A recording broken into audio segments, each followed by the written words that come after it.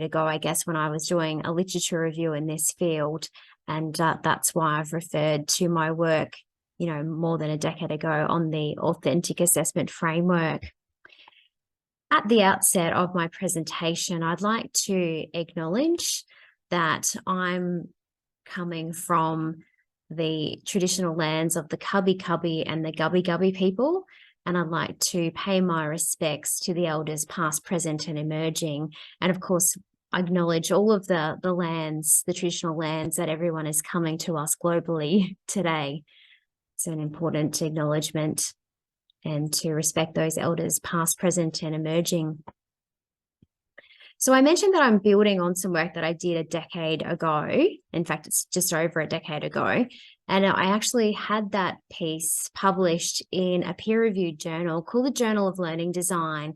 It is a predominantly Australian publication that has ceased publication in about 2015. But this one was actually published in 2011. And it's my most cited piece of peer-reviewed publications. So it's obviously a really popular topic, authentic assessment. And in this piece, I actually developed a framework for determining the authenticity of assessment tasks. So I did a literature review of authentic assessment, particularly looking at the salient features of authentic assessment, and sort of identified what those salient features were. And from that, I actually developed a range of questions and, I guess, characteristics of authentic assessment. Now, I have to admit, there's a lot of tables coming up. So I think I've got about 3 PowerPoint slides with the tables that I've created. And so I just want to take you through what I'm actually presenting here in these 3 slides, I guess. So at the top, you can see that I've mentioned a range of assessment tasks across the top here. So my original work that I published back in 2011 in this field looked at the first 3 assessment types. So one was students participating in a tutorial. So that's using their oral communication skills and their problem skills. And then an advocacy exercise is another one. And of course, my examples are coming from the discipline of law. So in an advocacy exercise, the students would stand up in a moot court and they'd be appearing on behalf of the prosecution or defense. I work in the space of criminal law. And so they're, representing a party in a real sort of matter in front of a judge, or perhaps a magistrate, but usually a judge. These typically were appellate cases that they were working on. And the third assessment task that I looked at was a problem-based exam. So the students would be provided with a lengthy problem, and then they'd need to apply a technique that we use in law called IRAC, and that stands for Issue, Rule, Application, and Conclusion. So IRAC, Issue, Rule, Application, Conclusion. It's the standard sort of problem-solving approach that we use in law. So the students use that technique to present their answer. But as I've evolved as an academic, I've tended to look at new ways of improving the authenticity of my assessment tasks and trying to get the students to replicate what practitioners do in practice. So I've added in a bail application. So students would be appearing in the moot court, and it would be typically a magistrate's court, so a sort of lower court. And they would be, applying for bail on behalf of a client, or perhaps representing the prosecution and opposing bail. Another assessment task that I have used is also questioning a witness in a criminal trial. So my students would once again mimic a professional in the courtroom, being the defense or the prosecution, and they would actually ask questions of a witness in the witness box. And they'd go through those phases of, examination in chief and cross-examination and re-examination. So quite practical work there. The next couple of assessment tasks that I've mentioned here are reflective journals, and one is a reflective journal on a real court visit. So I send my students to the real courts to watch a real court case and get them to reflect on that experience. The next one's actually a reflective journal on their moot court simulation. So they would actually be appearing in the moot court, as a party to a case, and then they might be, reflecting on that experience and perhaps the strengths and weaknesses of the case that they're dealing with, and thinking about, biases and assumptions that they might make, and putting the whole experience into context socially, culturally, and politically.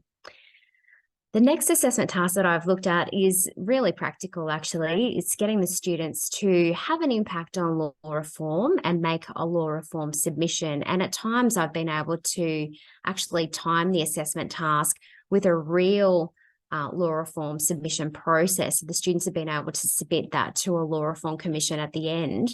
And it's been a really good product to submit and hopefully have some impact on law reform. The next assessment task that I've looked at is a conference paper abstract, thinking that they're going to be professionals, perhaps going to conferences in the future and maybe making presentations, and adding that with a multimedia presentation. So that's an assessment task that I've included here.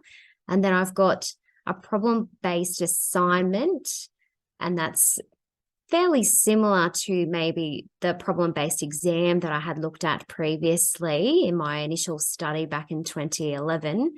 But with the assignment, there's usually not the time limit that we would normally have with a problem-based exam. So there's a bit more time to work and usually access to more realistic type of conditions as well to do that task in.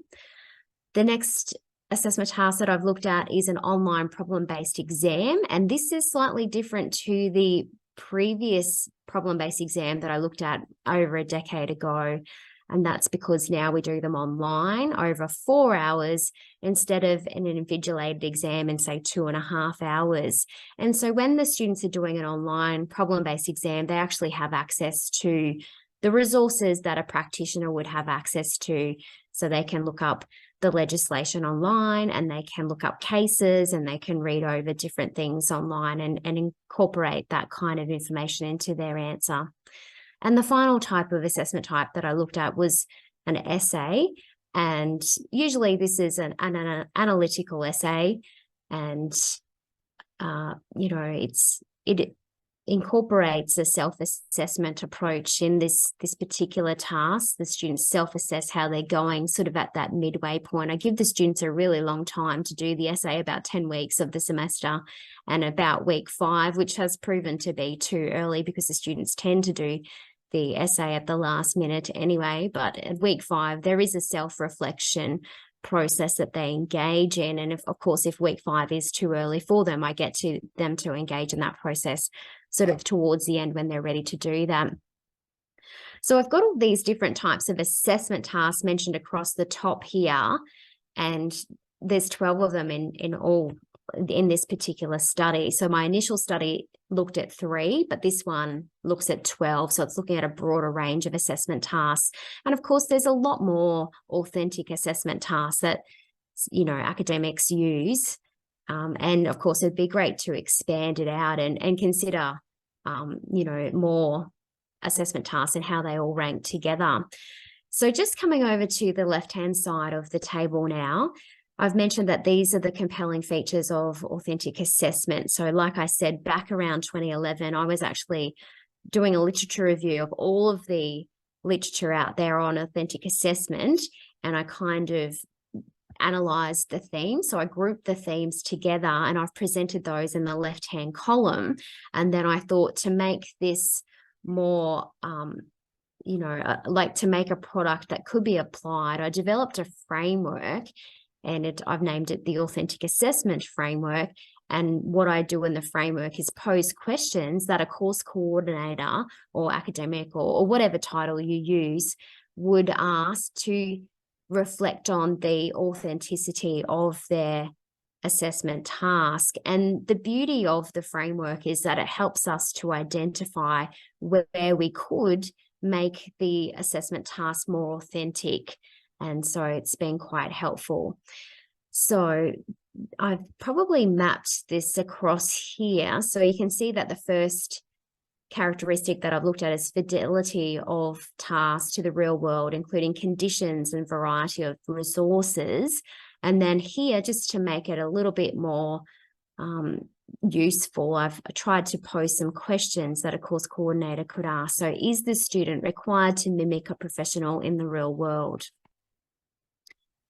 Is the student required to complete the assessment task using resources similar to that in a workplace?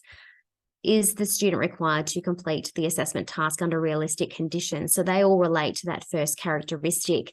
And so you can see I've gone with a simple approach, yes or no. And I have to admit, to determine whether it's yes or no, you need to sort of have a bit of that understanding about what the task actually involves. And I briefly explained those tasks at the outset. So that's critical to this particular analysis, because, you know, the way you design an assessment task for perhaps one problem-based exam might be different to another, and that might in fact impact on the answers to these questions and whether or not you use yes or no. So I've answered these based on the tasks that I've actually designed and implemented. With the second characteristic here of authentic assessment, it's whether a polished product valuable in its own right. This is what the theme is. And so does the assessment task produce a valuable polished product? And unfortunately, this is a clear case where a lot of my assessment tasks are not doing that. They're not achieving that, unfortunately. So that's an area for concern. A couple of them do. So they've got yeses, but you can see predominantly in this row, there's a lot of no's. Whereas in these earlier rows where we were looking at conditions and, you know, whether they were mimicking a professional and whether, you know, they were having access to similar resources, there was a bit more balance across the different assessment tasks, you know, bit more even in terms of yeses and nos. So going on to the next slide, I've got a few more salient characteristics pointed out here again. You can see that the names of the assessment tasks are across the page. It's a bit of a struggle to fit them in, so I've had to sort of truncate them off in weird places by the look of this, so I apologize for that, but hopefully we can work that out, what it is. So I've got the assessment task across the top, and down the left-hand side, once again, I've got those compelling features of authentic assessment. So here I pulled another theme out of the literature, and this is requiring higher order thinking, reflection, metacognition, and self-assessment. And based on that, I've posed a couple of questions for course coordinators or academics to ask on whether their tasks are in fact meeting that particular characteristic of authentic assessment. So is higher order thinking or metacognition seamlessly integrated with the assessment task? And this is one of the strong ones in my particular examples, that these higher order thinking skills are in fact in every single one of my tasks. So that's good to see. The next question that I've asked is reflection seamlessly integrated with the assessment task? And I've said no for most of my assessment tasks. A couple of the tasks were reflection tasks. They were reflection journals. So yes, it is an integral and seamless sort of part of the task. So I've put yes for them, but I put no to the other ones. And I sort of wonder if I should, you know, maybe revisit that thinking, because when I think of reflection, it's requiring perhaps us to consider strengths and weaknesses, consider some of the biases and internal assumptions, to put things in context, to go beyond just describing what has happened, but thinking about how our knowledge is growing and how, you know, our current experience may have been shaped by earlier experiences and how our knowledge may be changing over time. So I think perhaps some of these tasks may be involving reflection a little bit more than what I really give credit to in the rating here, but certainly something to think about. Most of the time, my assessment tasks are not doing this next feature, which is, you know, seamlessly integrating self-assessment. So haven't typically done that. And I do that in the essay process. I did mention that I get the students to really self-reflect or self-assess how they're going at that sort of midpoint in the assessment task, reflect on what they're learning and whether they've understood the question and how their essay is in fact taking shape. So I do get them to do that. I'm not sure if it's seamlessly integrated because it is a part of the task at that midway point. So maybe it's a self-assessment, but maybe it's not seamlessly integrated. So maybe I've been a bit generous there on giving that a yes, but typically my assessment task could improve in this space in terms of authenticity. So, going forward, I probably do need to include more self-assessment in my assessment tasks. The next compelling feature is collaboration. And here I can see that, once again, this is not a strong area for my assessment tasks. A lot of my assessment tasks are individual tasks. They're not done in groups. The students usually don't like working in groups. They'd prefer to receive their own mark. And, that's not to say that collaboration is not an important skill. It most definitely is an important skill in any law program, or in fact, probably any program out there at all. So it's an important skill, and we do have points where we do collaborative assessment tasks, but typically they haven't been in my courses, though I did integrate collaboration into one of my assessment tasks. And I have to admit that it's still an individual mark, but they are working with other students to actually complete the task. So they're, in this particular example, they are in fact questioning a witness in a criminal trial. So they're sort of working together. There might be a couple of people on one side of the case and then a couple of people on the other side of the case, and then there's a witness, and then there might be another student who's the judge or magistrate presiding over the case, probably a judge. And so there is some collaboration between the students there, but they are getting an individual mark for what they have achieved in terms of that questioning and the trial process. So collaboration is another area where I could definitely improve the authenticity of my assessment tasks.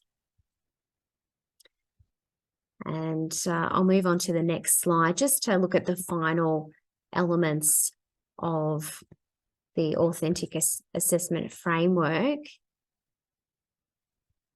So we've got requires students to make judgment, choices, and determine tasks. And I framed the question to ask, does the student need to exercise judgment or choice in determining subtasks of the assessment task? So I think that all the assessment tasks are quite complex, involving a number of different steps and different subtasks. So I've managed to put yes to everything for all of those assessment tasks there. So that's been quite a strong area of my assessment task. The final one, characteristic 10, this is complex tasks, wide, diverse and novel responses, ill-structured, open-ended inquiry, and construction of novel ideas. So these were the themes coming out in the literature. And then I've posed this question here: does the assessment task produce a novel or diverse response?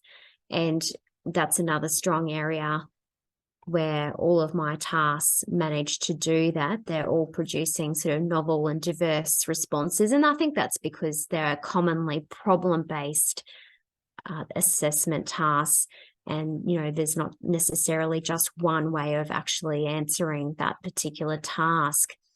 Now, what you can see on this particular slide at the bottom is the total. So I've gone through and added up all the yeses and all the nos based on those characteristics of the authentic assessment, the features of them.